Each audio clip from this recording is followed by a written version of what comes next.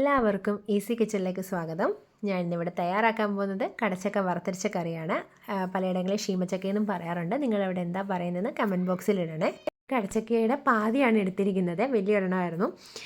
വിളഞ്ഞത് നോക്കി എടുക്കണം, അതാകുമ്പോൾ കറിക്ക് ഒന്നുകൂടെ നല്ലത്. ഇതിൻ്റെ തൊലി കളഞ്ഞ് നടുക്കത്തെ കൂഞ്ഞും കൂടെ കളഞ്ഞിട്ട് ഈ ഒരു രീതിയിൽ ഞാൻ ഉപ്പുവെള്ളത്തിലോട്ടാണ് അരിഞ്ഞിടുന്നത്. പിന്നെ നന്നായിട്ട് കഴുകി ഞാൻ ചെറിയൊരു ഉരുളിയിലാണ് വെക്കുന്നത്. നമുക്ക് ഇഷ്ടമുള്ള പാത്രത്തിൽ നോൺ സ്റ്റിക്കിൽ എന്ത് വേണമെങ്കിലും വെക്കാം. ഇതിലേക്ക് ഞാൻ 20 കൊച്ചുള്ളി അരിഞ്ഞിട്ട് കൊടുക്കുന്നുണ്ട്. കൊച്ചുള്ളിക്ക് പകരം സവോള വേണമെങ്കിലും എടുക്കാവുന്നതാണ്. ഒരു പച്ചമുളകും 1/4 ടീസ്പൂൺ മഞ്ഞൾപ്പൊടിയും ഉപ്പ് ആവശ്യത്തിന് കരിവേപ്പിലയും ഇട്ട് 1 കപ്പോളം ഞാൻ വെള്ളം ഒഴിച്ച് കൊടുക്കുന്നുണ്ട്. വേവാൻ ആവശ്യത്തിനുള്ള വെള്ളം ഒഴിച്ച് കൊടുത്ത് നന്നായിട്ടൊന്ന് ഇളക്കിയതിന് ശേഷം മീഡിയം ഫ്ലെയിമിൽ അടച്ചു വെച്ച് വേവിക്കണം. വറുക്കുന്നതിനായിട്ട് ഞാനൊരു ചെറിയ തേങ്ങയായിട്ട് അത് ഫുള്ള് എടുത്തിട്ടുണ്ട്. നിങ്ങൾക്ക് വലിയ തേങ്ങയാണെങ്കിൽ അരമുറി മതി. അതിന് ശേഷം 2 നുള്ള് പെരിഞ്ജീരകം ഇടണം. പെരിഞ്ജീരകം ഈ കറിക്ക് വളരെ ഇമ്പോർട്ടൻ്റ് ആണ്. 1/4 ടീസ്പൂണോളം. പിന്നെ കരിവേപ്പിലയും ചെറുതായിട്ട് അരിഞ്ഞ് ഒരു കൊച്ചുള്ളിയും കൂടി ഇട്ടിട്ടുണ്ട്. നന്നായിട്ട് ഇളക്കി കൊടുക്കണം. പെട്ടെന്ന് മൂത്ത് വരാനായിട്ട് ഒന്ന് ഇളക്കി കുറച്ച് കഴിയുമ്പോഴത്തേക്കിനും ഒരു 1/4 ടീസ്പൂൺ വെളിച്ചെണ്ണ ഒഴിച്ച് കൊടുത്തിട്ട് നന്നായിട്ട് ഇളക്കിക്കൊണ്ടിരുന്നാൽ മതി. മീഡിയം ഫ്ലെയിമിൽ വെച്ചാണ് ഞാൻ ഇളക്കിക്കൊണ്ടിരിക്കുന്നത്. ഈ ഒരു സ്റ്റേജ് എത്തുമ്പം ലോ ഫ്ലെയിമിലോട്ടാക്കണം, ഇല്ലെങ്കിൽ കരിഞ്ഞു പോകും. ഇത്രയൊക്കെ ആകുമ്പോഴത്തേക്കിന് 2 ടീസ്പൂൺ മല്ലിപ്പൊടിയും 1.5 ടീസ്പൂൺ മുളക് പൊടിയും, ഞാൻ മുളക് പൊടി പിരിയ മുളക് പൊടിയും എരിവുള്ളതും കൂടെ പൊടിച്ച് വെച്ചേക്കുന്നതാണ്. ടീസ്പൂണാണ് ഇട്ട് കൊടുക്കുന്നത്.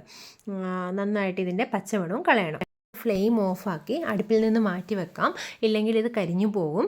ഇനിയും തണുത്തതിന് ശേഷം മിക്സിയുടെ ജാറിലിട്ട് അരയ്ക്കണേ. ആദ്യം വെള്ളം ചേർക്കാതെ ഒന്ന് അരച്ചതിന് ശേഷം പിന്നെ വെള്ളം ചേർത്തിട്ട് അരയ്ക്കണം. ഒത്തിരി വെള്ളം ഒഴിക്കല്, അരയാൻ ആവശ്യത്തിനുള്ള വെള്ളം മതി. വേറൊരു പാൻ വെച്ചിട്ട് കടുക് വറുക്കുന്നുണ്ട്. കടുക് നന്നായിട്ട് പൊട്ടി വരുമ്പം തേങ്ങാക്കൊത്ത് അരിഞ്ഞത് ഇട്ട് കൊടുക്കുന്നുണ്ട്.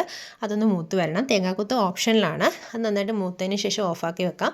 പിന്നെ കടച്ചക്ക നമ്മുടെ വെന്തു. ഇതിലേക്ക് നമ്മൾ അരച്ച് വെച്ചിരിക്കുന്ന തേങ്ങയുടെ അരപ്പ് ഇട്ട് കൊടുക്കുക. എന്നിട്ട് നന്നായിട്ടൊന്ന് ഇളക്കണം.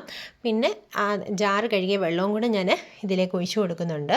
നന്നായിട്ട് ഇളക്കി പിന്നെയും വെള്ളം വേണമെങ്കിൽ തിളപ്പിച്ചരച്ച വെള്ളമോ അല്ലെങ്കിൽ തിളപ്പിച്ച വെള്ളമില്ലേ അതൊഴിച്ച് കൊടുത്താൽ മതി. ഇല്ലെങ്കിൽ പച്ച ചുവയ്ക്കും, ഒരു കുത്തലുണ്ടാകും. പിന്നെ നന്നായിട്ട് ഒത്തിരി നേരമായിട്ട് തിളപ്പിക്കേണ്ടി വരും. അതുകൊണ്ടാണ്.